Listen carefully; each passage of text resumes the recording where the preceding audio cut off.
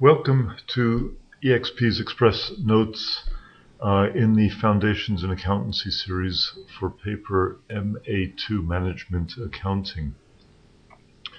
When you have read the introductory pages concerning Express Notes, please proceed to Chapter 1. Now, the candidate for paper MA2 should have a sophisticated understanding of the importance of management information, not only its quantitative manipulation and processing, but also qualitative aspects concerning management information. Let's start with the reasons why good information is required by management.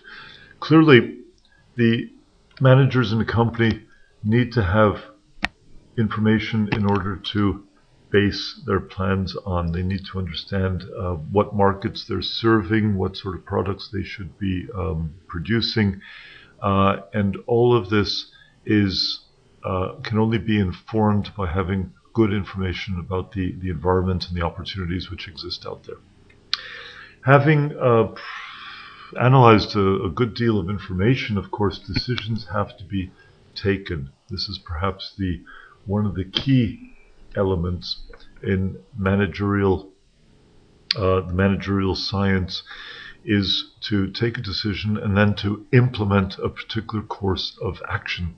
And then, having done so, controlling the implementation steps against some sort of budget or plan becomes imperative. Now, this is, of course, review, so it's good to just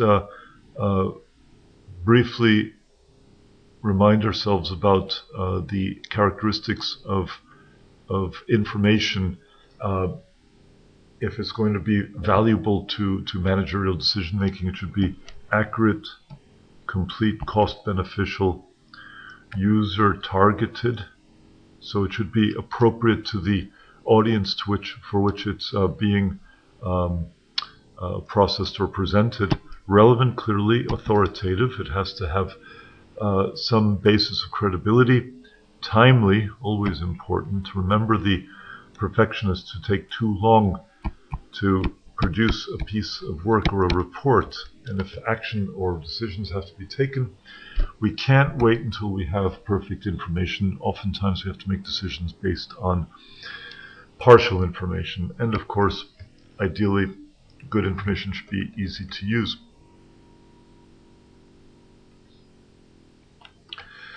Now, of course, managers don't restrict themselves to financial types of information. There's a wealth of non-financial information out there in the market, ranging from how are competitors' products actually put together? What are the ingredients? What do customers think about the services offered by one's own organization? What is the morale of the workforce, for example, or the spirit within the organization?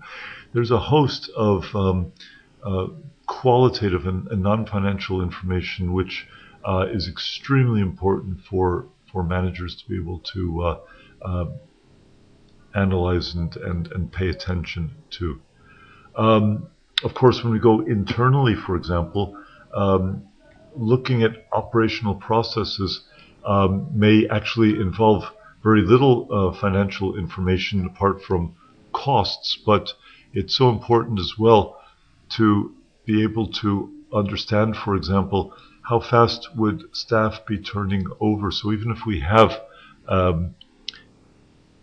no increase in labor costs from one year to another, it is actually quite astonishing then if we were to see that our staff turned over twice during the year, and therefore the organization is populated only by new faces. That indicates that there is a loss of experience.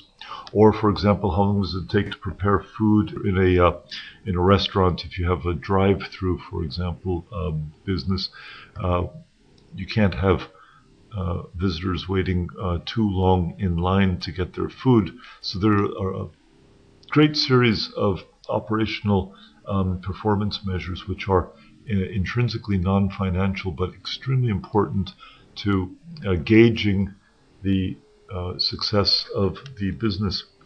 Now, planning takes place, of course, at different levels of the organization. We can say that the strategic level is the big view, or say the senior managerial view of things, whereas tactical would be more short term.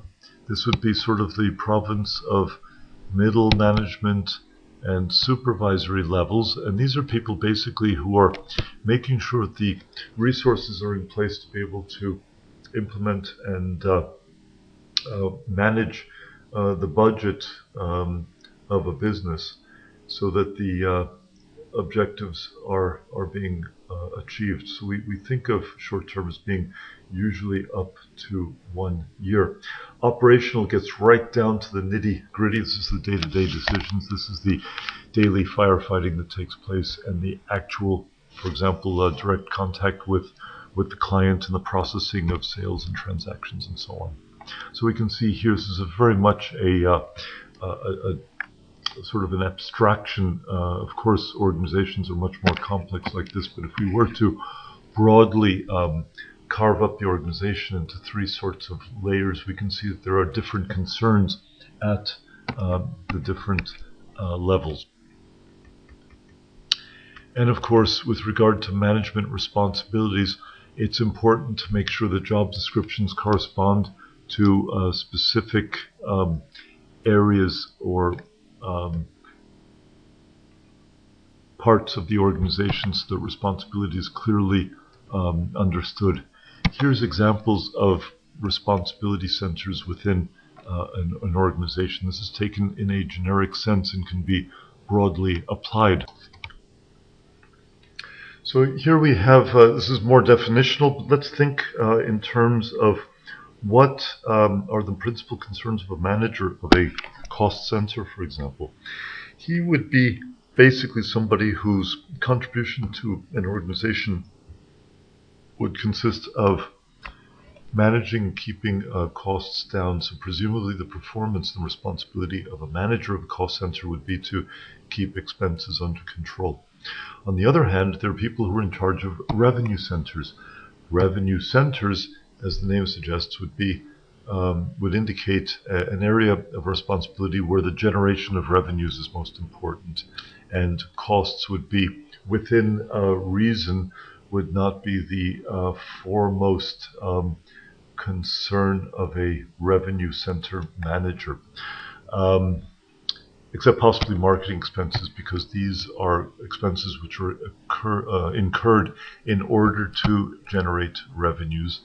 But the main contribution to an organization is that the revenues be achieved.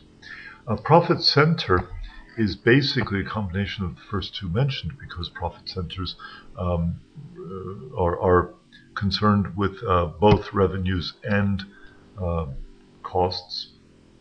Think of a profit and loss statement, and the generation of profit arises from being able to drive up revenues and to keep expenses down, so the difference between the two. It gets even more complex if we think about investment centers, where the manager is involved not only in worrying about current revenues and expenses, but also making longer-term capital expenditures. This is investment spending, which does not have an immediate payback, but is longer term in nature. This could involve buying equipment which have useful lives of up 3 to 5 years, if not longer, and therefore the investment center manager is making decisions of this nature as well, and has to factor in to his performance and results the impact of making such capex decisions.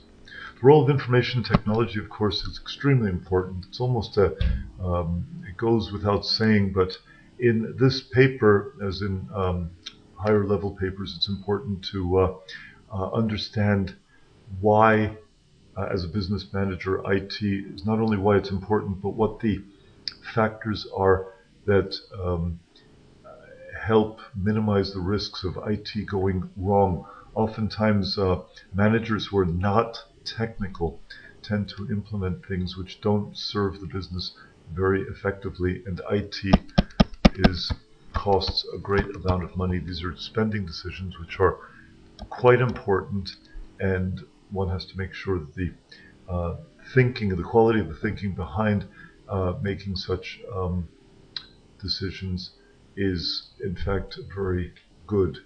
A good system, of course, is worth its weight in gold for the fortunes of a business.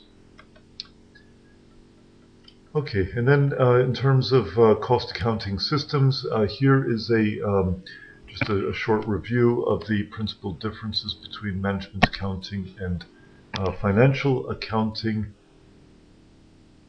And of course, the systems that exist to support one or the other need to talk to each other. If they're not fully integrated systems, the idea being to avoid overlaps or duplications in systems. So financial accounting systems, that information is useful for management accounting, and management accounting goes actually more broadly to embrace also measuring areas which are non-financial in nature. Coding of transactions is another way to facilitate the processing of business transactions. It allows for standardization, it allows for errors to be avoided, and for verification and reconciliations to be more easily facilitated. And finally, the costs. We will talk about costs next time, and cost classifications.